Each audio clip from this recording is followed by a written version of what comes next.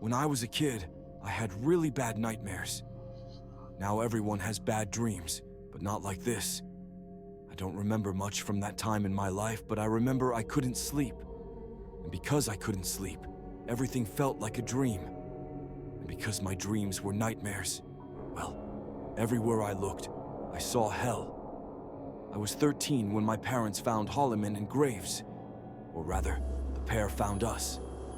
They called themselves trauma specialists, and apparently they gave some vague story about having been contacted to offer help through one of the doctors or psychologists I'd seen.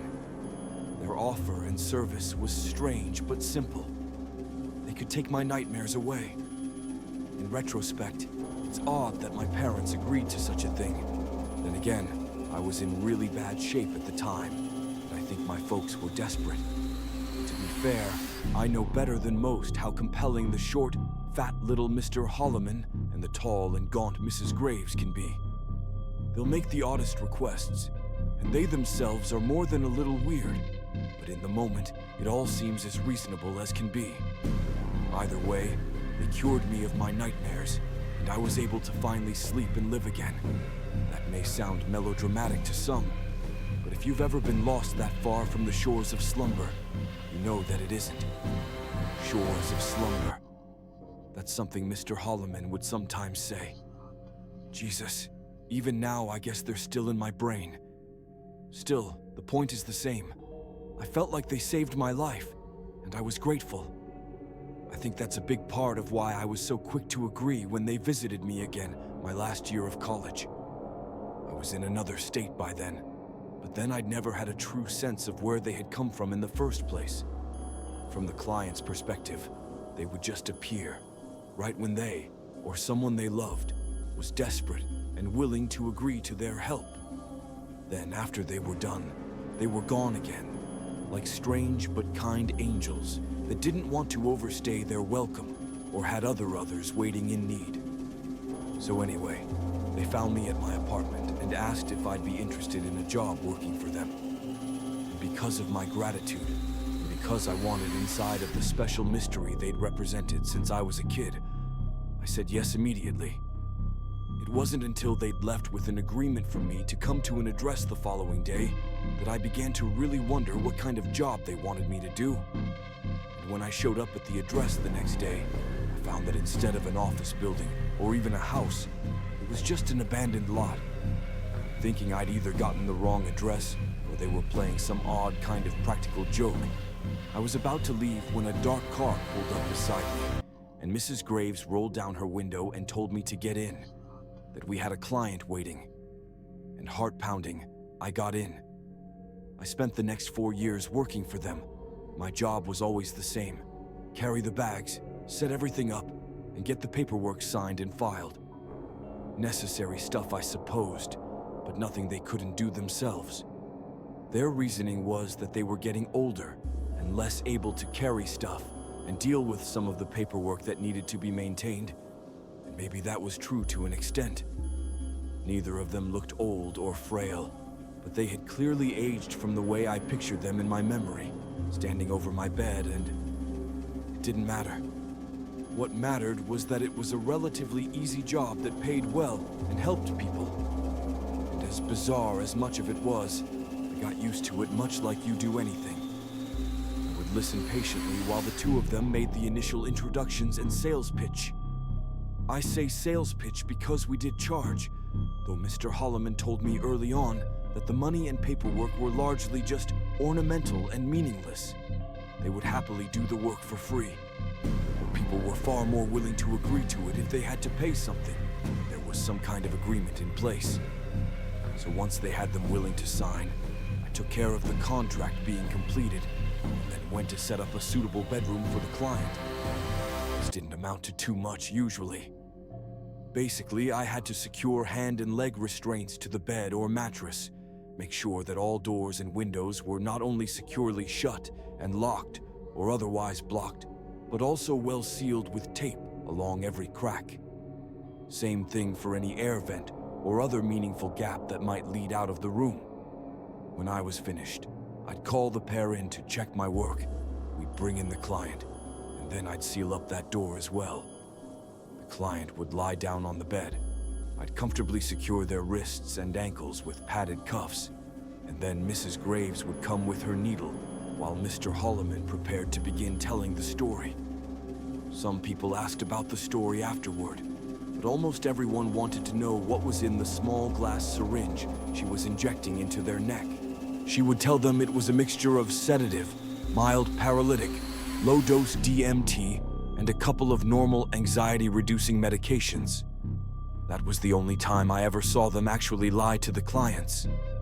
Mr. Holloman would usually be standing in a corner of the room, hands tightly clasped in front of him, the soft creaking of the brown leather gloves he usually wore, sounding loud in the quiet of the room as he squeezed and released his hands like the beating of some unknown heart. Mrs. Graves would stand by patiently, waiting until he uttered the first word before bending down to slide the needle into the client's neck. Sometimes a person would groan slightly as she gently covered their eyes and pushed in the amber liquid filling the syringe.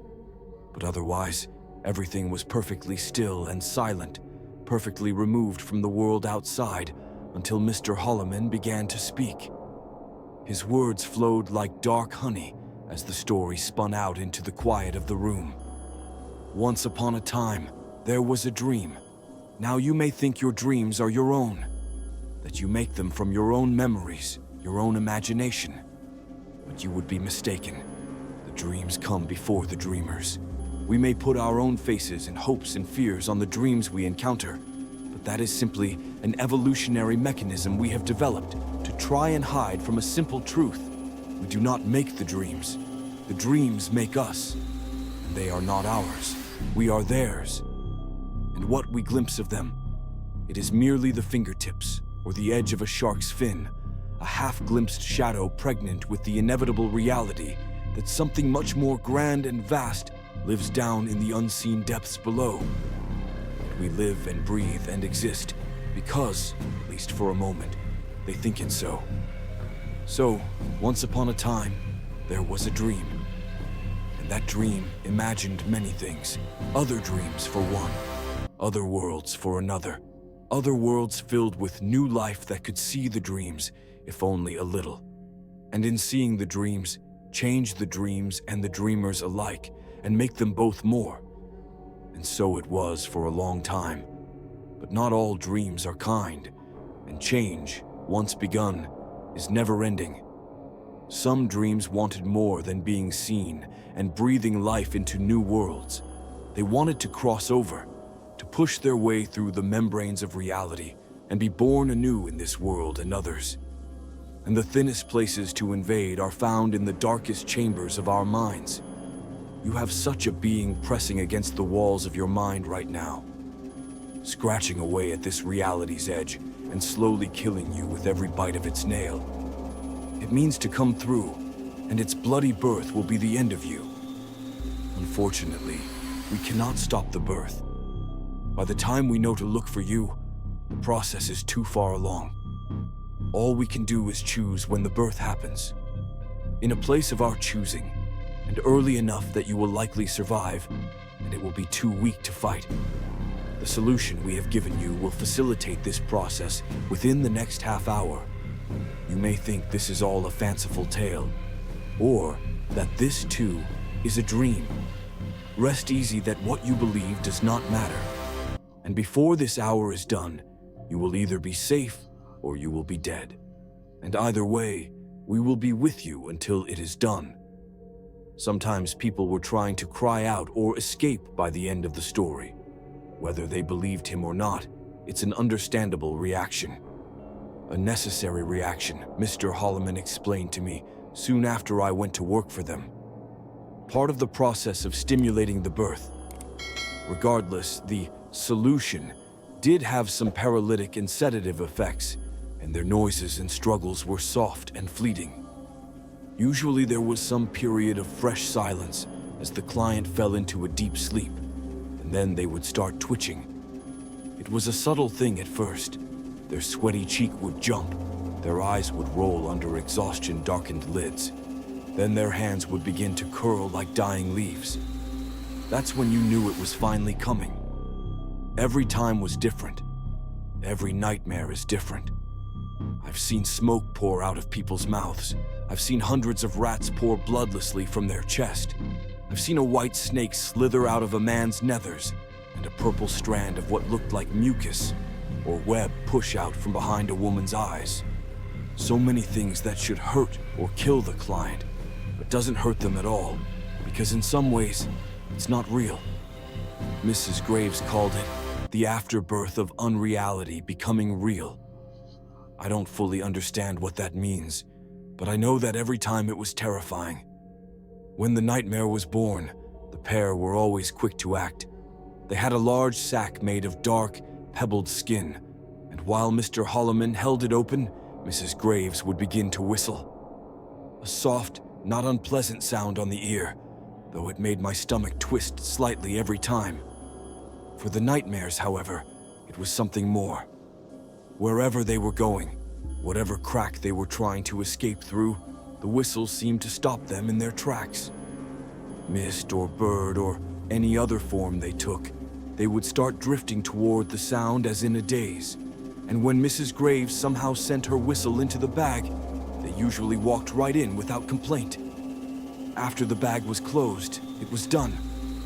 The client was allowed to sleep a few hours of peaceful rest, and when he or she woke up, they knew immediately that the thing that had been haunting them was gone now. We collected our payment and left, typically never hearing from the people again unless they referred someone to us. Most of those referrals went unanswered. Holloman and Graves did not cater to those with normal nightmares after all. Hearing all of this, you likely think I'm lying or just making up a story to entertain. Aside from sounding bizarre and fantastical, why would I stay in such a terrifying job for so long if it were true?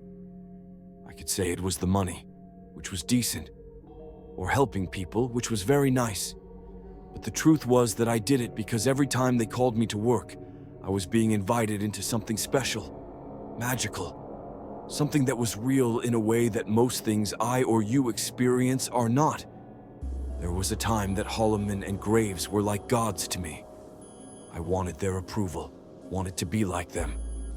They knew and could do so much, and so far as I could tell, they were still human, so what they were was still attainable. They were slow to tell me more than what I needed to do my work, but I could see a path forward to gaining their trust enough that the inner secrets of how and why they did what they did would be revealed to me. Maybe it was that worship, that idolization, that caused me to question things when I saw the first crack appear. And from that seed of doubt, I wound up digging a grave for a monster and crawling through the midnight caverns of a cave that should not exist. I wound up lost for a time in a house that wasn't a house, but no, I'm getting ahead of myself. I need to start with that first crack. The night that I learned that Mr. Holloman and Mrs. Graves were capable of making mistakes. We were helping a young woman that had tried to hurt herself the week before. Part of it was sleep deprivation, but she was also laboring under the delusion that something was trying to get inside her, control her, or use her somehow. After a few days of observation at a hospital, she'd been sent home with parents that were all too willing to accept our help when we suddenly appeared at their door. Everything went fine at first. I sealed up the room like normal, and it was a fairly new house without any warped floors or cracked walls that posed special concerns. Mrs. Graves had given the solution, and Mr. Holloman had started the story, but something was different this time. The girl wasn't looking upset or falling asleep. Instead, she was looking directly at Mr. Holloman. She was laughing. By that point, I'd already been working for them for over a year, done dozens of these sessions. And yet, despite all the obvious similarities to what you might see in a dime a dozen devil possession movie, I never had that thought until just then. Not because of the bedroom, or the restraints, or the ritual of it all, but because of the look on that woman's face, the inhuman malice and intelligence and will that was there, none of which was coming from her. There was another, and unlike the rest, it was ready to be born. The room started flooding with black water. It probably started flowing from her, but it all happened so fast that I couldn't tell the source before it was cold and thick around my calves, and I was more focused on being terrified and looking for reassurance from Graves or Holloman. The look of fear I saw on their faces nearly made my heart stop. "Break the window. We have to get out." Mrs. Graves' voice was higher and louder than I'd ever heard before, and I started sloshing toward the window, leading out onto the side porch of the house immediately. Mr. Holloman grabbed my arm as I got close. "No, you fool! If we break the barrier, it can escape." I heard Graves splashing up behind me, and her voice was softer and harder now. "And if we don't, it will drown us in here, and once we're gone, it's just tape and wood and glass." Holloman met her eyes over my shoulder, and then gave a grunting nod before letting go of my arm. "Do it. Be careful." Pulling off my jacket, I wrapped it around my arm and broke out the nearest window's glass. I was turning to go get the girl off the bed when Mrs. Graves put a gentle hand on my shoulder. "There's no helping her, I'm afraid. It's coming from her. Just go. Go." I didn't argue. Aside from trusting them, I was so scared that the passing idea of helping the client was all the bravery I could muster. Crawled clumsily through the window and then helped my two employers out as the water was reaching Holloman's lower chest. We stumbled out into the cold night air of the yard, and I had to fight the urge to strip off naked. I could still feel the residue of that liquid touching me, and it felt dirty and toxic in a way nothing else ever had. Shuddering, I settled on kicking off my shoes and socks and squeezing what I could from my pants as I looked back at the house. The water was pouring out of the window now, except with each moment it seemed to grow thicker. First water, then sludge, then a black mud that slid down the exterior wall of the house for a moment, before just fading away into the shadows on the porch. I looked over at Holloman. He still looked frightened and angry, but he didn't look surprised. This isn't the first time this has happened to them. He caught me looking and gave a slight frown. "Put your shoes back on. We need to be leaving." I stared at him openly now. "What are you talking about? We have to go check on Julia." Mrs. Graves walked over, wringing out the ends of her black and silver hair. "There's no point, I'm afraid. She's already dead." "What? How do—" Mr. Holloman cut in. "And we have more to do. Things will get worse now." And as was so often the case, they were right. Get in. This was a week after we all almost died at Julia Rafferty's house. I hadn't spoken to them since they dropped me back off at my car, and I wasn't at all sure that I wanted to hear from them again. Still, when Mrs. Graves had called and told me where to meet them, I went. Partially because it was hard to tell them no, but also because I wanted answers. And when Mr. Holloman told me to get in the car, I didn't move. "No, hold up. Before I go anywhere with you, we're going to have a conversation about what happened, about what exactly is going on." Holloman sighed and rolled up the window before shutting off the ignition. The two of them discussed things inside the car for a few seconds, and then they got out together, looking at me in the detached way that I might notice a bug crawling over my shoe.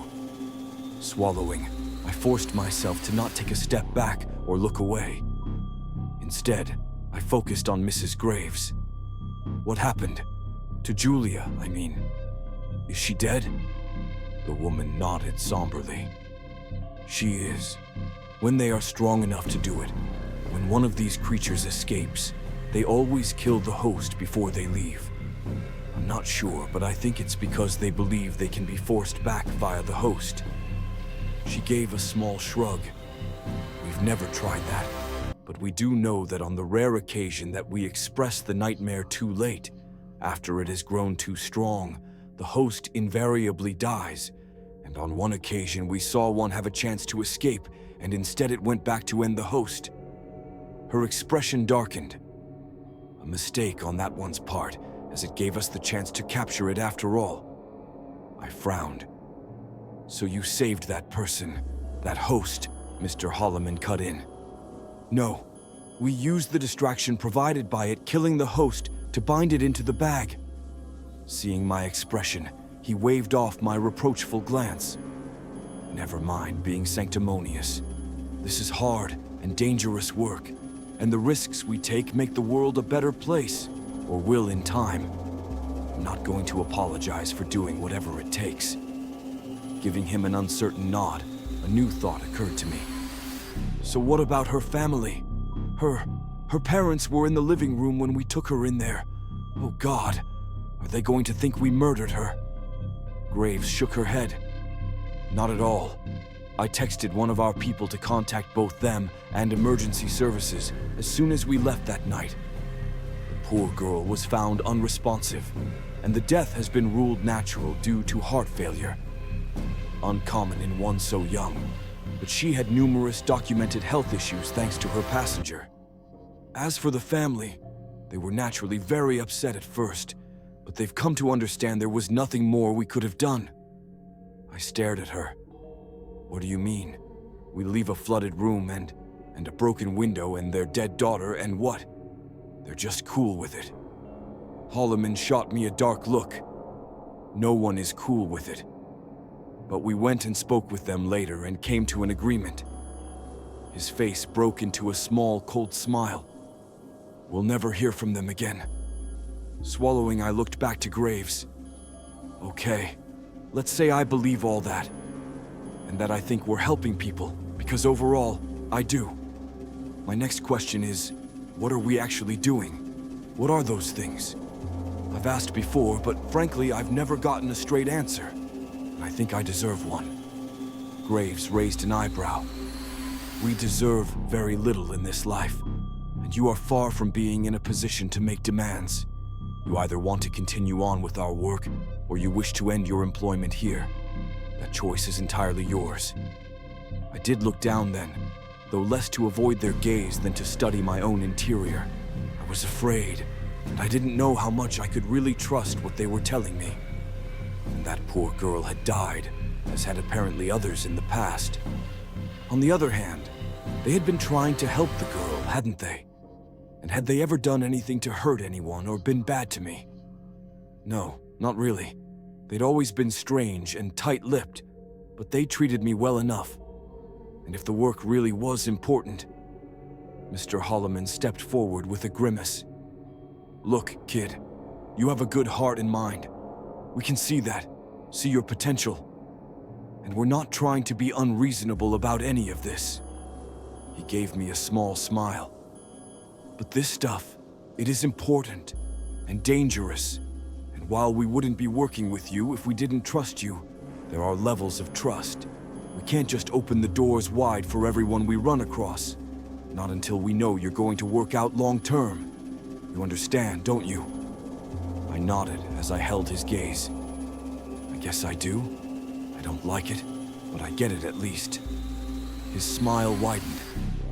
Good. Then how about we get back to... how many? His expression darkened again as Mrs. Graves stepped forward and put a hand on his shoulder. How many what? How many helpers have you had before me? Holloman's face fell a little, and his eyes grew sad. 3. Mouth dry, I forced myself to go on. And how many of them died doing this stuff with you? Mrs. Graves's voice trembled slightly as she spoke. All of them. Suppressing a shudder, I let out a long breath. Okay, well, that's terrifying, but at least I believe you. And for now, I guess that's enough. So let's go. We drove for 2 hours in relative quiet before arriving at the loft apartment of Wallace Minter. Wallace was a 52-year-old investment banker that had started having profound night terrors the year before. At first, he'd attributed it to normal stress. He'd gotten a divorce 8 months earlier, and his normally intense job had become even more tightly wound lately. But when he woke up one night, curled up in the corner of his kitchen, knuckles bloody from where he'd been punching dents into his fridge, well, he knew he needed something more than a sleeping pill. The start had been doctors and therapists, but things kept getting worse instead of better. By the time we showed up at his door, he'd been on medical leave from work for over 2 weeks. I knew this because Mr. Holloman and Mrs. Graves knew this. They normally only told me the name of the person we were visiting before we arrived, but this time it was different. As we parked, Mrs. Graves began telling me these details. I was interested, both in the information itself and this sudden expansion of what I was being told, but it also made me curious.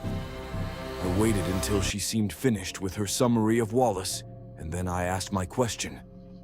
Why are you telling me this? I mean, I'm very interested, and I appreciate you sharing more with me. But why now? Mr. Holloman glanced up in the rearview mirror at me in the back seat. Because maybe you're right, and it's time you knew a bit more. But more than that, it's because you've passed a milestone. 2, in fact. You faced the expression of one of these things when they were strong and ready, and you're still alive. Swallowing, I nodded. Okay, and what's the other milestone? His eyes crinkled slightly as he grinned. After everything you've seen, you still got back in the car. When he opened the door, Wallace Minter looked like we'd interrupted his crawl to a grave. He'd been a heavy-set man at one point, but now pallid, greasy flesh hung loose on his cheeks, and he had the ropey aroma of layers of old sweat and illness. I half expected him to sound hoarse or congested when he spoke, but his voice was surprisingly smooth and deep. Yes, what do you want? Mrs. Graves gave him a smile. We're here to help you, Mr. Minter. We were referred by... Number. No more doctors. Bunch of goddamn charlatans. All you all want is money, and now you're showing up at my door. Mr. Holloman leaned forward, his voice calm and soothing. We are not doctors, and while we charge a nominal fee, that is not why we do this. We do this to help. Wallace furrowed his brow at him. So not even doctors. What? Fucking snake oil salesmen? Faith healers? He started to shut the door. Thanks, but no the... He looked down as the door stopped, and seeing my foot there, he stared back up at me with weak outrage. Get out of here before I call the fucking... You're going to die in there. He stopped, blinking. What did you say? I held his gaze as I went on. I said, you're going to die in there. If you don't get help for this thing inside of you, that's keeping you from sleeping, that's keeping you scared and angry all the time, will wind up killing you. His face went slack as tears welled up in his eyes. How do you know? I gestured back at Holloman and Graves. Because they know, and because I've worked with them long enough to know that they can save people like you, people that no one else can help. His face was swimming in emotions now, fear and anger, but also a kind of anxious, fragile hope. You're saying they can help me? I took in a deep breath, trying to find the right words, confident but honest, without letting on that I halfway wanted him to tell us no, because I was shit scared of being in a sealed room with whatever he had inside him. I'm saying that we will try our best, and that our best is probably the best shot you have left. Lips trembling, he nodded and stepped aside. Okay, come on in. I looked over at my bosses. When I'd been talking to him, it had never occurred to me that they'd want me to shut up or think I was overstepping my bounds. Now that it did, I searched their faces for anger or irritation. Instead, I saw fear. A look passed between them as I'd first turned. It was quick, and they covered it as soon as they saw I was watching them. But it had been there. Some silent communication, a shared emotion of, what? Worry? Terror? Something in between, maybe. I felt the air in my chest go thin at that look, but I forced myself to speak. Is that okay with the two of you? Mrs. Graves gave me a weak smile. Certainly. Lead the way. I felt a little relieved at that, but only a little. Something was definitely wrong. but I didn't understand what. Ducking my head a little, I edged past them to the stairwell. I'll go get the stuff up. 30 minutes later, the contract was signed and the room was sealed. I'd expected Wallace to question or argue against the stranger parts of our process, but apparently his resistance at the door had used the last of his strength. That got me to thinking, and I pulled Mrs. Graves aside before we took him into the room. Are you sure we aren't, too late? I mean, he really does look like he's at the end of his rope. What if it's been in there too long, gotten too strong? What if it's like last time? Her eyes were troubled as she looked away. It's a fair question. A good question that I'm proud of you for asking. And a good answer would be that I don't know for sure. Heart pounding, I pushed on. Would that be the honest answer? She glanced past me and let out a short sigh. Partially. But a more fully honest answer would be that either way, I don't know that we have a choice. I stared at her. What? What does that mean? Licking her lips, she gave a small shrug. We have certain obligations, and our failure last week has set us back. Graves shook her head slightly. This isn't the time or place for this. Let's get this done. No mistakes for any of us, understand? I started to respond, but she was already moving past me toward where Holloman was coming out of the bedroom with a questioning look. She waved it away, telling him that we were ready to begin. He glanced at me, and despite the twisting in my stomach, I nodded. It was just nerves and excitement, I told myself. Everything was going to be fine this time. Looking back on it now, there's a part of me that wishes I could go back and stop that past self from gripping Wallace's shoulder and leading him into that bedroom. Tell that earlier me that nothing was worth what came after, and that it all could have been avoided if instead of taking him into the bedroom, I just listened to my fears and walked away right then and there. I think the me of 20 minutes later, when Mrs. Graves had already given Wallace the injection and Mr. Holloman was trying to finish the story, while that horrible buzzing noise grew to a fever pitch, that me would have listened. Especially when the buzzing stopped and Wallace's head split open, vomiting out the black squirming thing with too many faces and eyes. I still remember the moment when it raised its head and looked at me. I felt my pants grow wet, but I wasn't embarrassed. All I knew in that moment was that I was about to die. I think that past me would have listened to just about anything I told him. Even if I let slip that no, you'll get out of that room without a scratch, he still would have done just about anything to not feel so scared for another single second. And if I told him that it wasn't too late, that he could still walk away from it, all of it. Not just Wallace, but Holloman and Graves, the nightmares, everything. Just walk away free and clean if I just did it now. I think maybe that earlier self would have believed me and tried to do just that. I can still see that thing crawling down Wallace's legs, chittering from a dozen mouths on its misshapen, piebald head, a cold intelligence dancing in its oil-drop eyes as it drew closer to my position at the foot of the bed. Holloman had opened the sack now and Graves was trying to whistle, but it only had eyes for me. I tell that terrified me that it was okay, that I could still get away from not only this thing, but everything that would follow, that there was still time to stop what was coming. And it would be a lie, because as I would come to realize, it was already far, far too late.